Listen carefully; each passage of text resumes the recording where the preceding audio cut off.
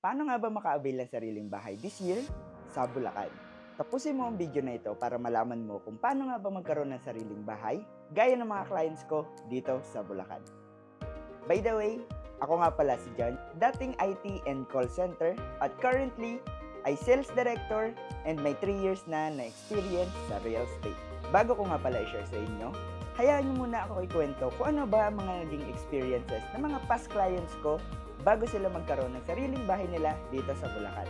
Marami rin ako na-encounter na clients ang nangangamba o nag-aalinlangan kung paano nga ba sila magkaroon ng sariling bahay. Dahil ang pangunahin nilang problema or yung iniisip nila ay baka hindi nila kayang bayaran, baka di sila ma-approve sa housing loan, and lastly, baka daw di nila mapakinabangan pag nag-invest sila or nag-avail ng sariling bahay.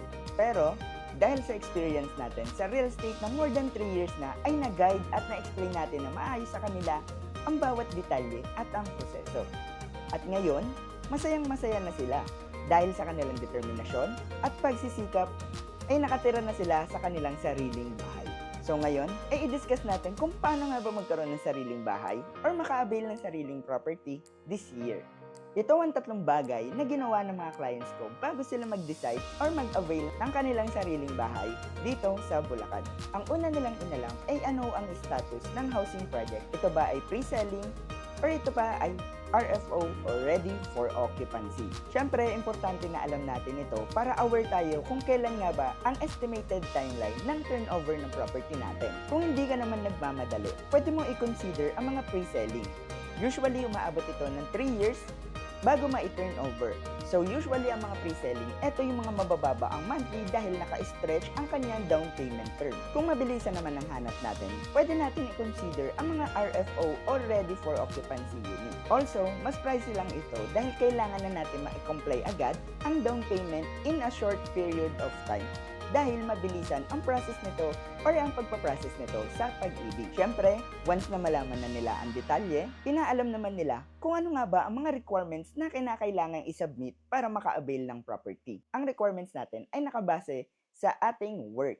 Kung tayo po ba ay locally employed, OFW, VA, and home-based employee. So yun po yung magiging basis natin. Take note po, iba-iba ang requirements based po sa category ng ating work. At once na alam na po natin ang requirements, dapat po aware din tayo kung ano ba ang magiging monthly down payment natin. Take note, ang monthly down payment po natin is nakabase po ito sa ating age and salary. So dapat po mapa-evaluate natin ito sa agent na ating makakausap para po aware po kayo dun sa ating magiging final computation before po tayo mag-reserve. And lastly, dapat nakapili na po tayo ng block and lot na ating mapipili. Siyempre, mas maganda naman po na aware kayo dun sa mapa ng ating subdivision kung saan nga ba yung napili ninyo na block and lot. So, importante po yun para naman po aware kayo kung saan ba kayo nakakuha ng property sa ating subdivision. And lastly, naghanap sila ng mapagkakatiwalaang agent, which is ako, or isa sa amin sa RRCT Realty, na syempre i-guide kayo all throughout ng process ninyo, from reservation hanggang sa ma-turnover ang inyong property. Ang may papangako lang namin sa inyo is quality and good service. At ito ang mga basis ng aking mga clients, kaya nag-avail sila ng property nila dito sa Bulacan. Bakit nga ba importante na aware tayo sa mga detalye at mga dapat natin gawin bago tayo mag-invest or mag-avail ng isang property dito sa Bulacan? Takot tayong mag-take risk and then ang nangunguna sa ating isipan ay ang mga negative thoughts.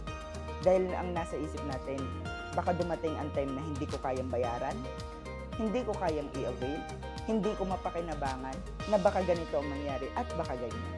Kaya naman, why not mag-seek kayo ng advice sa mga legit at maaasahan na ahente.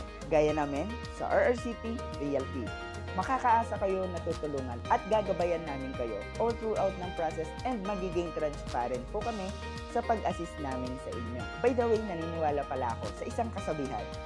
Ito po yung salitang push or pray until something happens. Pero dapat with action. At kung ikaw naman ay willing na umpisahan ang iyong dream home ngayong taon, maaari mo po kong i-message para naman magabayan kita sa pangarap mo at pangarap mo sa pamilya mo. Meron po tayong available locations dito sa Bulacan. Una na po dyan ang Santa Maria, Baliwag City, San Rafael at San Ildefonso.